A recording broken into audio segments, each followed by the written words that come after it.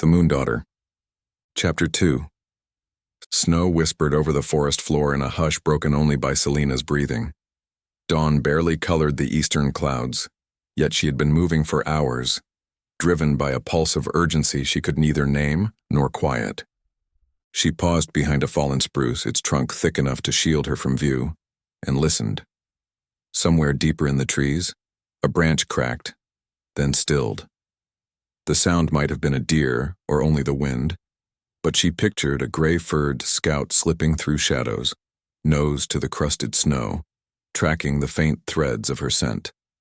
A cold tremor ran up her spine. She forced her thoughts to Hilda's voice, steady and practical. "Keep your hands busy, girl. Fear prowls the idle mind." Selena drew her hunting knife, Kai's knife now, really, and began scraping the inner bark of a birch into her palm. The shreds would take a spark even in damp air. When she had enough, she knelt and packed fresh snow over the prints her boots had pressed, then swept the surface with a fir branch to blur any hint of passage. The wind shifted. Somewhere to the north, wolves howled, 2 short calls and a long one. She could not decide whether the sound belonged to ordinary wolves or Ronan's crescent fang trackers. Either way, it meant she had little time to risk a fire. She scooped the bark into the hollow beneath the spruce, laid thin twigs over it, and struck flint against steel. The spark flared, caught, and licked fragile flames along the curl of wood. She crouched low, cupping her hands to hide the glow, and held them near enough to warm her fingertips without sending smoke skyward. When blood returned to her fingers, she extinguished the fire, crushing snow into the coals until only a faint hiss remained. She scattered fresh powder and stood. Her breath formed pale ribbons that drifted into emptiness. Not even birds stirred. It was as if the whole forest held its lungs, waiting to see which force would claim her first, the king's hunters or the winter. A whisper echoed at the edge of hearing. "Child of mine," the moon seemed to murmur, voice sliding through branches like silver mist. She closed her eyes and for a heartbeat felt warmth on her brow, a mother's kiss she had never known outside dreams. When she opened them, only snow and silent trees greeted her. The hush felt thicker for the imagining. Selena adjusted the straps of her pack.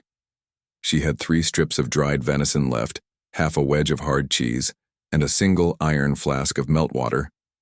Enough, she told herself, to reach the river gorge by nightfall if she kept north-northwest and followed the slope of the land. Beyond the gorge lay caves where hunters sometimes took shelter in summer.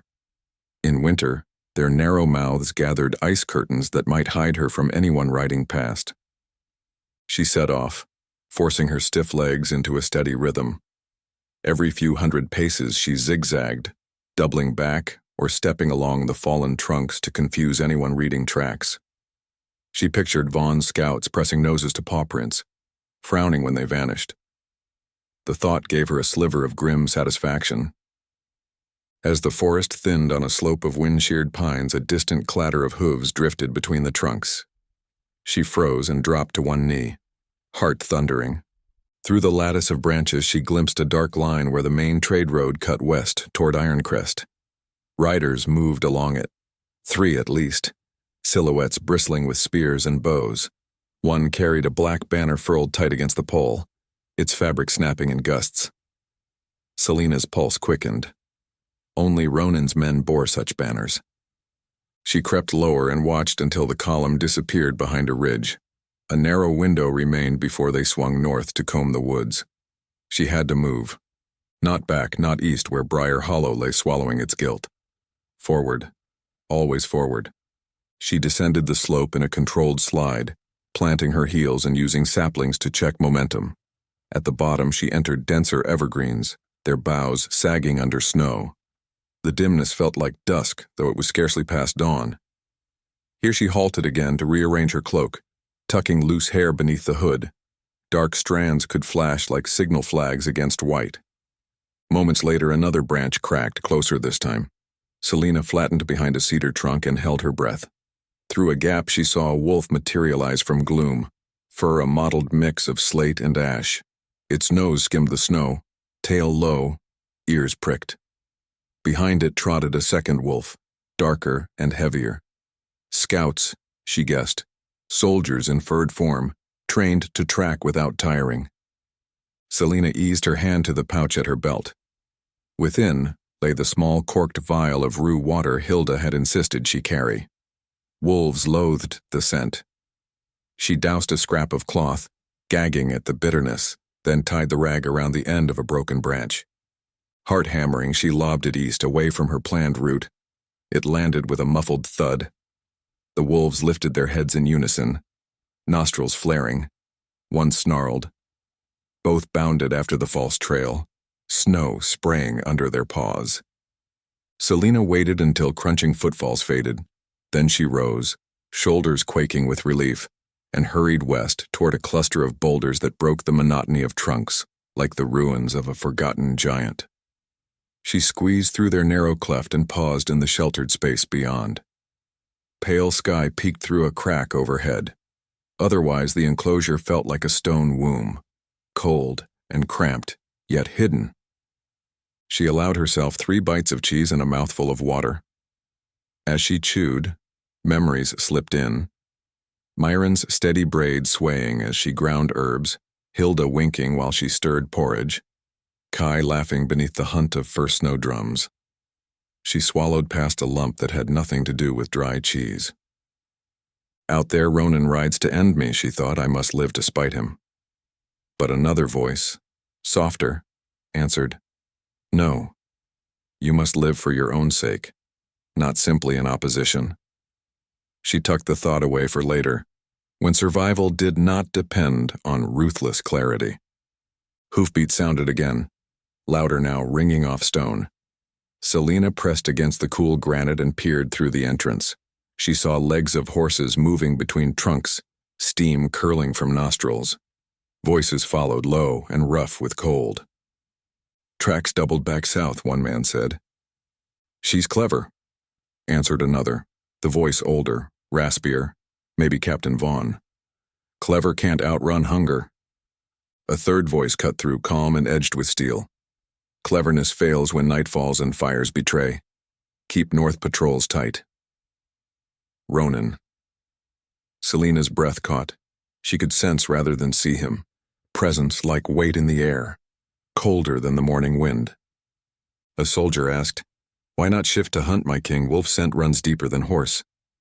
Because we need her alive to question, Ronan replied. And a wolf with teeth bare invites her to draw a blade. We do not risk marks upon her. Selena shivered. So he wished her unblemished, like a specimen, she thought, to be studied in a cage. Anger sparked in her chest, bright enough to warm her briefly. Another soldier spoke, his tone lightening with jest. She's but a girl. You think she can slay a crescent-fang wolf? I think prophecy sharpens weaker blades, Ronan answered. Do as ordered. Silence followed, broken only by harness creaks and horses snorting. Then hoofbeats drifted eastward. Selena waited, counting heartbeats to 100 before creeping from her hiding place. Snow had smoothed their passage, but left a faint depression of compacted powder. She studied the tracks. Ronan's horse left a bigger print, weight matched by authority. She turned north again, slipping between pines, moving faster now while the searchers probed east. The land began to rise toward foothills. Wind keened across the ridgeline ahead, flinging stinging flecks of snow against her cheek. She spotted a half-frozen stream and followed its curve. Water always created sound to mask footfalls. Yet for every step she gained, fatigue nipped at her heels. She had not truly slept in 2 nights, dozing in fits too shallow to count. Her vision blurred at the edges. To stay sharp, she recited the names of constellations Hilda had taught: Hunter's Bow, Wolf's Eye, Broken Chain. The litany anchored her footstep by footstep. Mid-morning passed. Sunlight flickered through breaks in cloud, painting snowfields gold before shadows reclaimed them. She skirted a rocky outcrop and stumbled upon a set of caverns, mouth-like gaps in the hillside where wind sighed softly. Relief weakened her knees. Shelter. She entered the largest cavern, noting dry soil beneath a thin crust of ice. Meltwater had not reached deep enough to dampen the middle ground. She gathered fallen pine branches from outside and dragged them inside, arranging them into walls of a lean-to against rock. Beneath she spread moss scraped from north-facing stones. Hilda's lesson again. Moss insulates girl and holds the day's warmth through night. Finally she settled, wrapping Kai's cloak around her shoulders. The sound of blood in her ears eased. She let her head rest against the stone and closed her eyes, intending only to breathe deep once. Sleep slid over her like a tide. In blackness she dreamed of a hall shrouded in wolf pelts. Ronan stood at its center, eyes the color of battles after smoke clears. His gaze pinned her, and his voice was both command and question. "Why do you run when the moon itself calls you?" She answered in silence, for speech felt dangerous. The hall dissolved, replaced by a moonlit field where every blade of grass dripped red light. Wolves circled, mouths parted, but none attacked. Instead, they howled in dissonant harmony until the sound warped into her own name. She jerked awake, heart racing. Light slanted across the cave entrance. She had slept perhaps an hour, long enough for warmth to return but not long enough to fully mend. Outside, the wind carried distant shouts. Too close. She crawled to the opening and peeked. 2 scouts on foot picked through underbrush only 50 paces downhill. One sniffed the air and pointed. Selena's pulse pounded. She scanned the ridgeline and saw a second narrow opening above her cave, half concealed by straggling juniper. If she scaled the rock face, she might slip into that tunnel and crawl deeper, maybe find another exit. She sheathed her knife, tightened her pack straps, and climbed. Fingers slipped on icy stone, but desperation lent strength. She hauled herself through the crevice, just as the scouts reached the lower cave mouth, their murmurs echoing. The new tunnel narrowed quickly, forcing her onto hands and knees. Darkness swallowed everything beyond an arm's length. She inhaled damp earth, crawled forward, and prayed the passage would not dead end. Every scrape of boot against rock sounded deafening to her own ears, yet the scouts below did not seem to hear. Their voices faded. At last, faint light glimmered ahead, an upper exit, barely wide enough for a slender body. Selena squeezed through and emerged onto a ledge, overlooking a steep ravine. Far below, a river slabbed with ice glinted like dull steel. The forest beyond rolled white and endless. Footsteps crunched above her.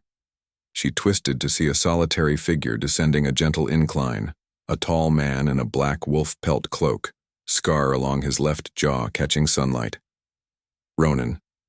No soldiers flanked him. He walked with unhurried purpose, gaze scanning the ravine. As if he felt her stare, his eyes snapped to the ledge. For a moment, neither moved.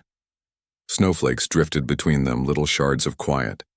He seemed carved from the winter itself, an embodiment of the hunt. Selena's throat dried. She considered retreating into the tunnel, but he would trap her there. The drop behind her offered another choice.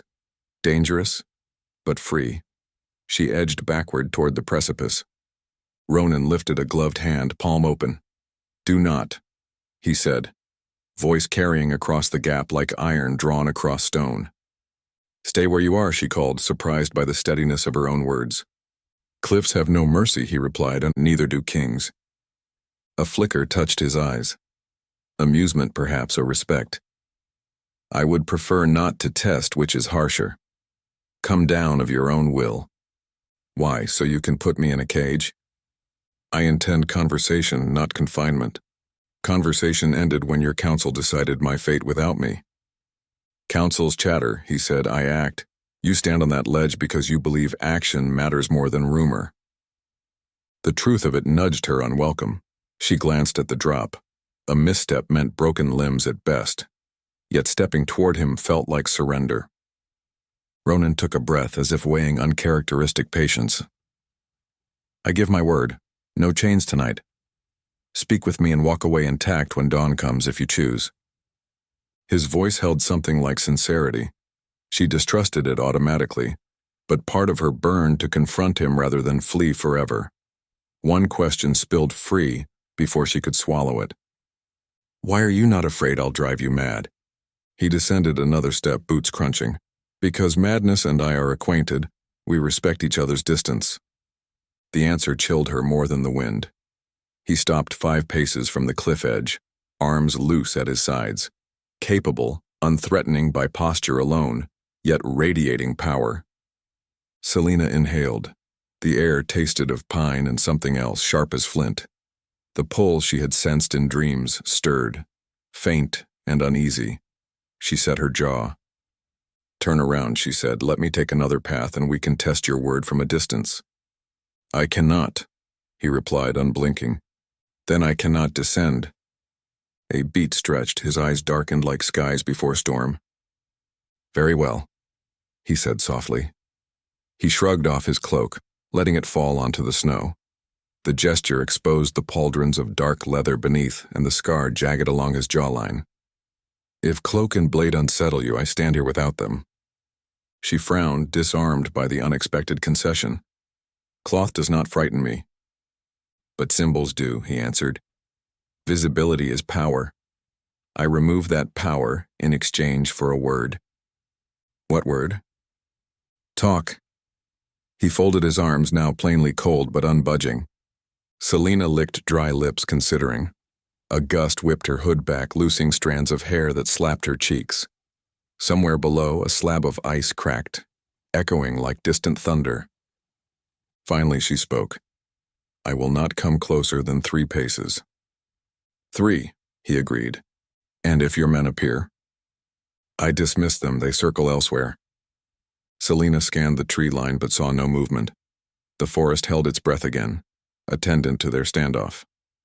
She took a tentative step off the ledge, feet finding purchase on a narrow foothold. Another step brought her onto the slope, knees bent, balance tenuous. Ronan did not move. She closed the distance until 3 paces of snow lay between them. Cold radiated from the air. Heat radiated from him, startlingly alive against winter's chill. He studied her face, eyes flicking to the pulse at her throat, then back to her eyes. "Your name is Selena." She nodded. "You already knew." "I wanted to hear it from your mouth." "Why?" "Because words shape truth," he said, "and truth matters to me despite rumors." She almost laughed, bitter sound suppressed. "Rumor carried you across mountains." "It carried me to lies," he corrected. "Lies demand answer." "So you hunt the girl they fear." "I hunt understanding." Her gaze narrowed. "A cage is understanding?" "No." He hesitated, as if tasting the admission. "But conversation is step 1. The silence between them thickened. Snowflakes landed on her lashes, melting warm. She realized her heart no longer pounded in panic, but in something like anticipation. That frightened her more than falling. Ronan drew a slow breath. "It grows colder. My camp lies south beyond those pines. A fire waits. Sit with me till dawn, unbound. Tell me your story. If by sunrise you wish to depart, I will not hinder you." Selena searched his face for deception. The scar tugged when he tightened his jaw. She believed he meant the words, yet belief felt like walking onto thin ice.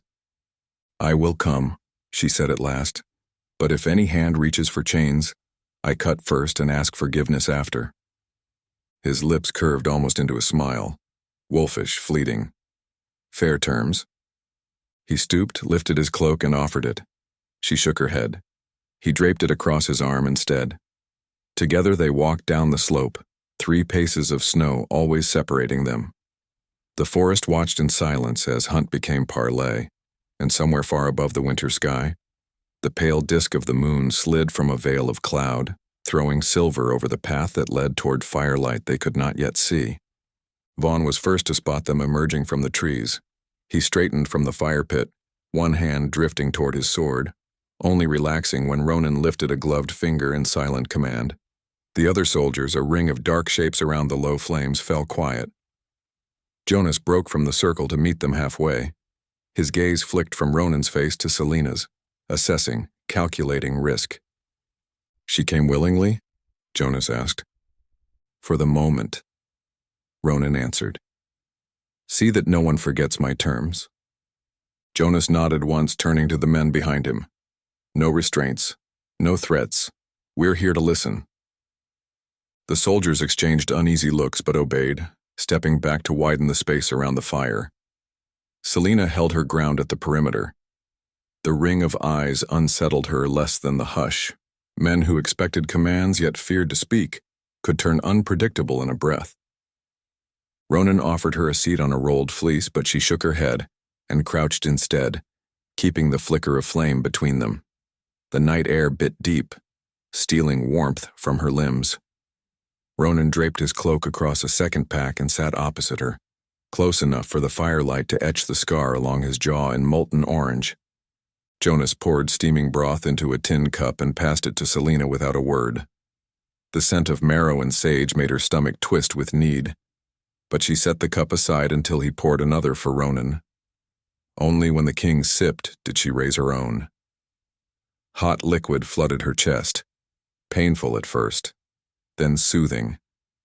She kept her gaze on the flames, refusing to show gratitude. The king broke the silence. Tell me why you ran instead of waiting to speak. She met his eyes, the fire limning them in bronze. Because people who say they want to listen often bring chains. You have my word there will be none during this talk. Your council has a history of changing words into weapons.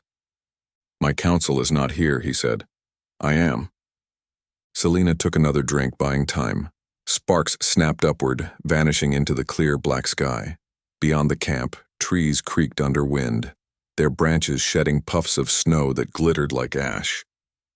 I was an infant when rumors started, she said at last. Children grow into stories others write. By the time I was old enough to defend myself, every kindness carried a threat. It was simpler to leave. Ronan watched her closely. Yet you left the only home you knew to wander winter wilderness.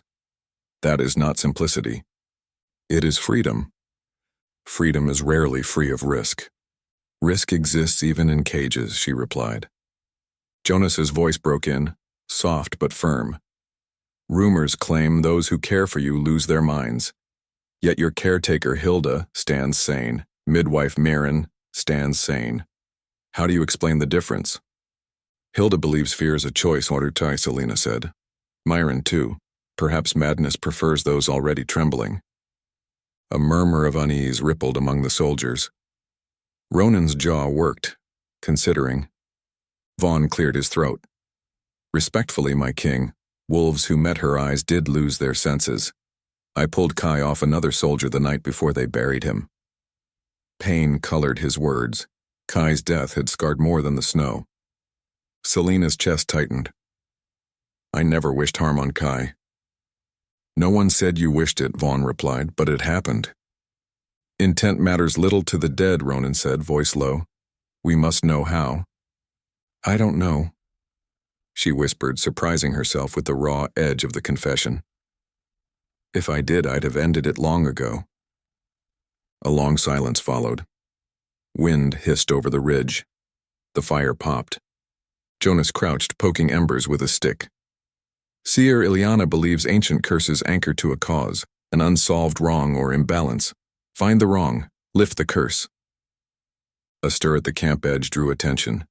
Ileana herself stepped from the shadows, moonlight catching silver in her braids. She must have ridden in with the late patrol, unseen by Selena. She bowed slightly to Ronan, then looked at Selena with eyes the color of winter violets. You carry a silence around you, she said softly. What do you hear in that quiet? Selena blinked. Sometimes whispers, like a lullaby I can't place. Sometimes a warning at the back of my skull when someone steps too close. Does the warning choose who hears it? Ileana asked. I don't choose, it just happens. Ronan watched the exchange, fingers steepled. You called her the beginning of my unraveling, he said to Ileana. Explain. The seer knelt, tracing a circle in the snow beside the fire. Threads of fate tighten around those who deny them. You, my king, deny every prophecy handed to you. Yet this girl was woven with your name before you were born. Convenient, he said dryly. Selena's pulse hammered. I never asked to be woven to any king. Nor did he, Ileana replied. Fate seldom requests permission. Ronan's gaze hardened, but he said nothing. Instead, he turned to Selena. Do you feel anything now? Sitting across from me? The question struck like a blow. She opened her mouth, closed it, then managed unease. Nothing else. A tremor ran through her limbs, though not from cold. She forced steady breath. You expect me to admit some mystical bond? Bonds drown people in this land? His eyes glinted. I expect honesty, even if honesty is confusion. Selena rubbed her thumb against the tin cup, uncertain whether to speak of the faint hum beneath her skin, as if threads of moonlight stretched between their chests. Admitting it felt dangerous. She fell silent. Ronan stood and paced to the edge of the firelight. Jonas followed a few steps, speaking low. King, let me question her privately. You're too close to weigh facts. I need to see her answers, Ronan said, need or want. Ronan's shoulders tensed. Both. Jonas sighed. Then ask concrete questions. What she ate, where she slept, who touched her last. Build a map of symptoms. Ronan nodded once, returning to the circle. Selena set the empty cup down. You assume I'm a sickness to be charted. A sickness can be cured, Ronan answered. That is hope, not insult. Hope. She had trouble tasting the word. She looked at Vaughn, who watched her with wary curiosity rather than hatred, then at the other soldiers, younger men shifting in the cold. Their fear simmered but was not absolute.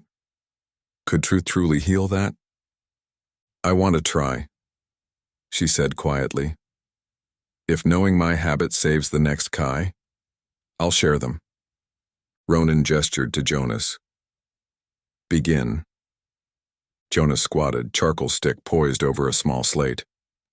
When did your last serious contact with another wolf occur, beyond incidental pushes or glances? Selena thought. A month ago, Hilda burned her hand. I wrapped the bandage. Our skin touched. Jonas wrote, frowning. Any signs of delirium afterward? None. Anyone romantically inclined? Her cheeks heated. You think I've had suitors? Ronan's voice cut in. Answer. Selena exhaled. Never. She ignored the pity in Jonas's eyes. Describe the visions you called whispers, Jonas said. Not visions, she corrected. More like echoes in wind. Sometimes images when I dream. Wolf shadows circling, red light on snow. Jonas marked cryptic runes. How many victims' names can you recall? 5 certain, 3 rumored. She listed them, voice rough. Vaughn murmured each name under his breath, pain tracing old wounds. Jonas etched them in 2 columns, one for confirmed madness, one for unconfirmed. Ronan folded his arms, studying patterns emerging in the slate strokes. All victims were unmated males, he noted. Superstition claims the moon's daughters tempt hearts lonely for bond, Ileana said. Selena winced. I tempted no one. I know, Ileana soothed. Desire can sprout where none is seeded. Jonas straightened. Do you recall a moment of heightened emotion with any victim? Joy, sorrow, anger, immediately before their change? Selena closed her eyes, thinking of Kai on the ridge, the raw wonder in his eyes as music drifted from below. Joy, she said hoarsely. He was laughing when the drums echoed up the slope. Jonas tapped charcoal against slate. Music, joy, open moonlight. Ronan's gaze sharpened. A catalyst, emotion in wide night. Selena hugged Kai's cloak around herself. The flames crackled between them, throwing sparks skyward. Jonas nodded for another detail when a howl split the darkness, close and urgent. Soldiers whipped around, steel rasping free. Ronan strode toward the sound, drew, a lean scout in wolf form, bursting into camp and shifting mid-lunge. "Forgive the alarm," Drew stammered, chest heaving. "Tracks at the ravine. The old trail splits. Something large, unknown. Could be the stray warg's mate." Ronan glanced at Selena. "Stay here." Then to Jonas and Vaughn. "2 squads with me." As the camp erupted in motion, Selena rose. Jonas blocked her with a raised hand. "You're safer by the fire." "I decide where I'm safe," she replied. He hesitated. "Then stay in sight." Soldiers poured into the dark, torches flaring. Selena watched Ronan's outline vanish amid branches. Wind carried his voice barking orders. Sparks of torchlight bobbed away like fireflies. Ilyana approached Selena. "Fear not the king's blade," she whispered. "Fear is silence. He listens deepest when he says nothing." "Your riddles help little," Selena muttered. "They're seeds, they grow in time." Ilyana touched Selena's temple with feather-light fingers. Images flashed. Ronan kneeling in a ring of wolf spirits, Selena standing opposite him with blood on her palms, yet unbowed. She yanked away, gasping. Ilyana swayed, then caught herself on a spear haft. "You saw it too," Ilyana whispered. "I don't want it," Selena hissed. "Chosen paths rarely wait for want." Ilyana staggered toward her tent. Selena's heart thudded. She paced, scanning shadows. Night pressed closer without Ronan's presence, and despite herself she felt less anchored. Madness might choose the trembling, she'd told Jonas. Right now, her bones trembled. Jonas returned minutes later, breath clouding. False alarm. An old bear disturbed. Vaughn seeing it off. Relief loosened her shoulders. "No injuries?" "None," he said. "Ronan will walk perimeter, he's restless." Selena hugged herself against the chill. Restlessness in a leader spreads to his men. Jonas smiled faintly. "We've lived with his restlessness long years. It becomes our furnace." They sat by the fire. Jonas passed a loaf of hard bread. Selena broke off a piece and chewed slowly. "Why serve someone so cold?" she asked. Jonas tossed crumbs into the flames. "Cold metal tempers sharpest blades. Ronan sharpened us all for war and peace, when peace must come by strength." "You admire him." "I understand him." Jonas turned the slate to show his notes. "Understanding guides loyalty more than affection." Selena considered that, watching the script dance in firelight. She sensed his quiet plea. "Let us understand you." The underbrush rustled. Ronan stepped back into the circle, cloak dusted with snow. He nodded to Jonas, then glanced at Selena. Something unreadable slid through his gaze. Evaluation, curiosity, fatigue. He lowered to sit across from her again. "The bear is gone," he said. "Sleep eludes me, so we continue." Selena's eyelids ached, yet she nodded. "Ask what you must." Jonas refilled the broth. Hours stretched. Questions turned to minutia. Favorite food, nightmares, times of day she felt most alert. Through it all, Ronan's stare never wavered, even when Jonas paused to warm stiff fingers over the fire. Occasionally, Vaughn checked in, reporting perimeter clear. Selena began to sense the rhythms of the unit. Vaughn's practicality, Jonas's subdued warmth, younger soldiers' silent hope that dawn would bring answers. When Jonas at last set slate aside, the sky in the east paled from obsidian to indigo. Selena shivered. Fatigue settled like lead in her bones. Ronan saw it and rose.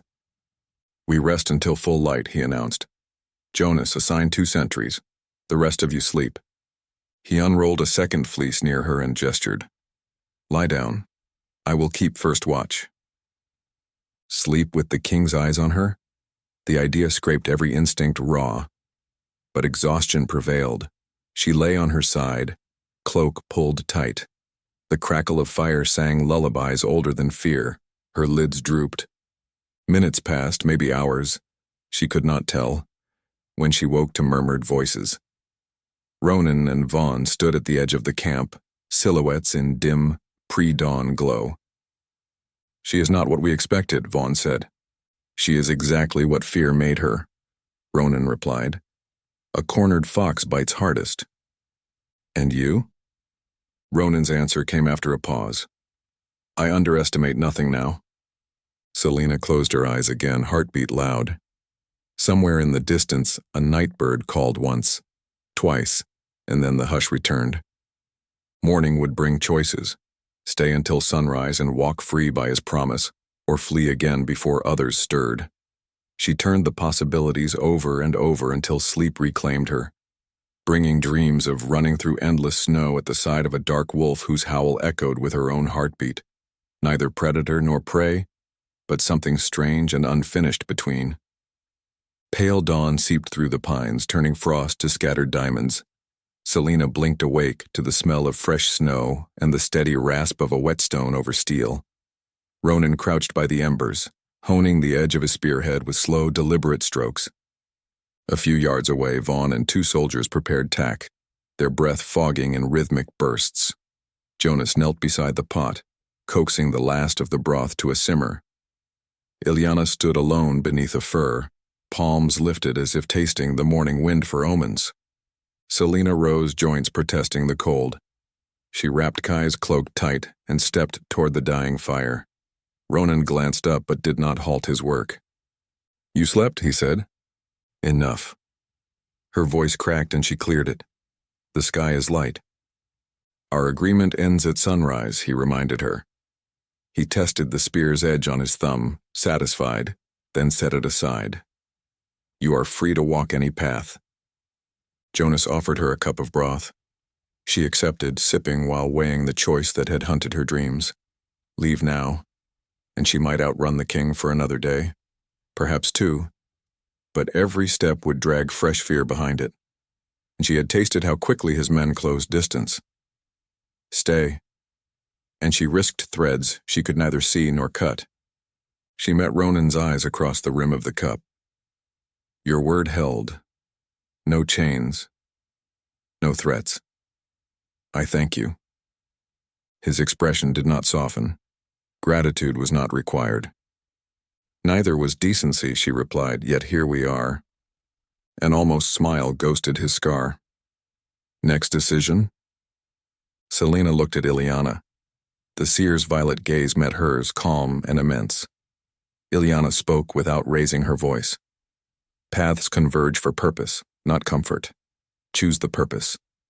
Heat flared in Selena's cheeks. She turned back to Ronan. If I come with you, by my own choice, will your council accept that I'm not a prisoner? They will accept what I decree, Ronan said. But know this, once you walk with us, gossip will fasten iron around your name harder than any shackle. Gossip already forged my chains years ago. She exhaled a white plume. I will walk with you, under conditions. Jonas raised a brow. Which are? No force against me unless I threaten another life. No decisions about my fate without my voice in the room, and no more questions answered until I sleep in a real bed. Vaughn huffed a short laugh. Ronan studied her, weighing pride against practicality, then nodded. Agreed. Selena swallowed relief. Fine. Where first? Back to Brier Hollow, Ronan said. Loose ends fester if left to rot. My presence will silence elders who hunger for blame. Her stomach clenched at the thought of Bram's cold eyes, but she masked the reaction. Jonas extinguished the coals and issued orders. Soldiers packed quickly, shouldering bedrolls, chatter kept low. Ronan motioned Selena toward Brimstone, the great black destrier who stamped impatiently. I'll walk, she insisted. You will ride. We make speed. He held out an arm. Your choice to mount behind me or before me. Either way, I steer. Pride flared, but the road to Brier Hollow spanned steep ridges iced like glass. She knew fatigue would slow her sooner than pride wished to admit.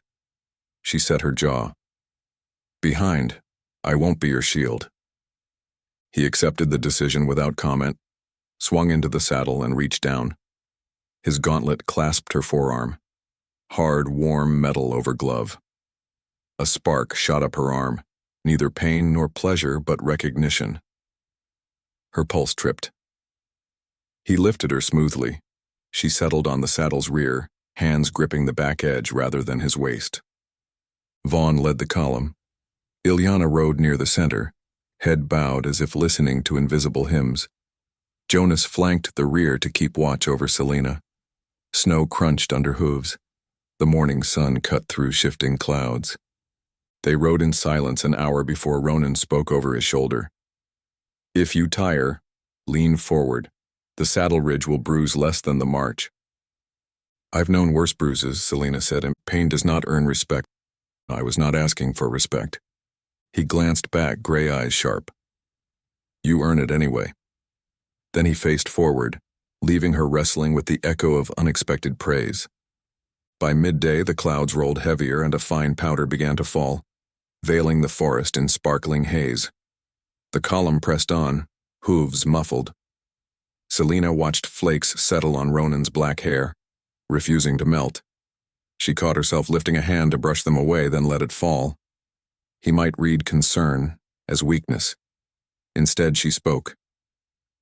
You didn't flinch at Ilyana's warning. Do you truly believe fate binds us? His shoulders rose and fell. I believe choices shape fate and fate pressures choice, a knot that tightens as you pull both ends. You plan to cut it. I plan to keep my kingdom safe. And me. I have not decided what safety means for you. His honesty chilled her more than the wind. Yet it was honesty, something she had rarely received. The snow thickened, forcing the column to slow through a narrow defile. Vaughn raised a fist to halt. Fresh tracks, he called. Selena peered past Ronan's shoulder. Hoofprints led off the road toward the trees, small and light, likely a single rider. Scout? Jonas asked. Or messenger, Vaughn answered. They left the village earlier. Ronan swung down, motioning Selena to stay astride. He examined the tracks. Horse stumbled. Rider hurried. Jonas dismounted. Could be Elder Bram's envoy seeking to sway the High Council against you. Ronan's jaw tightened. We ride faster. He mounted again, and the column picked up pace despite deepening drifts. Late afternoon found them descending the ridge above Brier Hollow. Smoke traced from chimneys. Lanterns glowed faint amber under gray sky. The banner of Crescent Fang unfurled at Ronan's command, black cloth snapping. Selena's pulse raced. Shame and anger and dread braided in her chest. She felt Ronan's muscles shift as he leaned back. Remember your terms, he murmured. No threats wait for you here. In the square the elders assembled, Bram foremost, cane clamped in trembling fist. Behind him, villagers clustered, Reese, Talia, Corin clinging to his mother's coat. Hilda stood near the chapel steps, cheeks flushed but upright. Ronan halted Brimstone. Snow swirled. Bram's eyes darted to Selena, widening. She rides behind you? Has she bewitched the king already? Ronan's laugh was no sound of mirth, more the click of ice against steel. She answers to no spell but her own will. We return for truth. Bram jabbed his cane. Truth is madness and death. I will not risk more lives. You risk them by spreading fear. Ronan replied. My healer and seer seek cause. Aid them or stand aside. Hilda stepped forward. Aid begins with apology, Elder. Selena swallowed hard, seeing her caretaker's stubborn pride lit warmth in her chest. She swung down, legs shaky. Hilda clasped her hands. You kept your promise. You stand. Selena managed a wavering smile. And you're still grumbling. All is right. Myron pushed through the crowd, relief shining. Let them examine you in the clinic, she urged. If there is even a small chance this ends the rumors. I'll help, Selena said. She faced Bram. But no more trials by superstition, only by knowledge. Bram's jaw clenched. Knowledge bows to faith. Then faith will learn new knees, Ronan said, voice like a closing gate. Prepare a chamber. By dawn we begin. That night Selena sat on a cot in the healer's cottage, candles lining shelves of roots and vials. Ilyana traced sigils in chalk on the floor while healer Arlen prepared tinctures. Jonah stood guard at the door, spear in hand, but point lowered. Ronan observed from a corner, arms folded, expression stone still. Mirren handed Selena a cup of valerian tea. "This eases nerves," she whispered. "It will not put you under. Only calm." Selena drank, grateful. Hilda sat nearby, knitting quietly, as if to stitch courage into the air. Corin and Lisa peeked from behind their mother's skirts outside before being shooed away. When the preparations finished, Ilyana knelt. "We test resonance," she explained. "Sound, scent, light, all gentle. If your presence warps one, we chart how." Ronan asked, "And if warping reaches me?" "Then we record the king's madness," Ilyana answered. Deadpan. Ronan's lip twitched. Selena sat cross-legged inside the chalk circle. Ilyana struck a tuning fork, the tone high, pure. It echoed off timber walls, then faltered, shimmering like heat haze. Arlen's brow furrowed. He noted the pitch on parchment. Next, he uncorked a vial of crushed juniper and waved it near Selena. The scent spread. Vaughn inhaled from the doorway. Nothing odd. Yet to Selena, the aroma thickened into something metallic, almost coppery. The room seemed to press inward. She winced. "You feel it," Ilyana observed. "Describe." "Like air turned to wool," Selena said, heart quickening. "It smothers." Arlen jotted notes. Ilyana lit a beeswax candle, its flame steady. As Selena exhaled, the flame elongated, flickering blue at the tip. Gasps rippled. Ronan stepped closer, eyes narrowing. The flame returned to yellow when Selena lifted her gaze away. Ilyana's voice softened. "It reacts to focus." Selena's limbs trembled. "Why?" Fear edged her tone.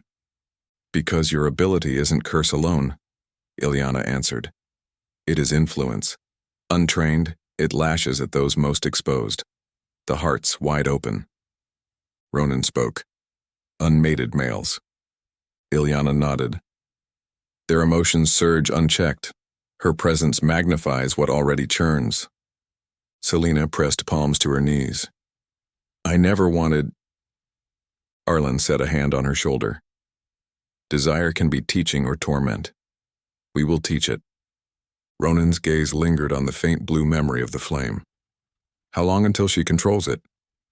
Ilyana met his stare. "Under guidance, months; under bond, perhaps days." Ronan stiffened. "Explain." "Shared anchor tempers power," the seer said. "But anchor forged unwillingly breaks them both." Selena's pulse thundered. She pushed to her feet. "No bond. Not if it enslaves either of us." Ronan locked eyes with her across the chalk. Lightning of unspoken things flashed between. At last he inclined his head. "Choice stands. We pursue instruction, not chains." Relief washed through Selena, though tension lingered like static. Arlen and Mirren packed tinctures. Hilda collected her knitting.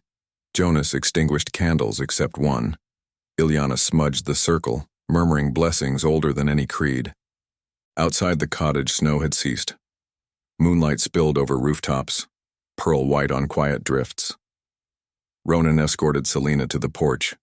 Breath plumes met in the still air. "You kept your word," she said. "I keep what matters," he replied. His gaze shifted to the moon. "Tomorrow we continue. Your strength will serve more than survival." "My strength is my own," she reminded. "For now," he said softly, almost a promise, almost a threat. Then he left her with Hilda, walking toward the square where soldiers posted watch. Selena leaned on the railing, exhaustion and wary hope threading together. Somewhere beyond cedar eaves, a lone wolf howled, not mad, not mournful, but questioning. She listened, hand over the pulse at her throat, and felt it answering in time with footsteps fading into night. Ronan's heavy tread marking a path neither of them fully understood, yet one they would walk despite doubts, despite danger, because the moon had already carved it across both their hearts.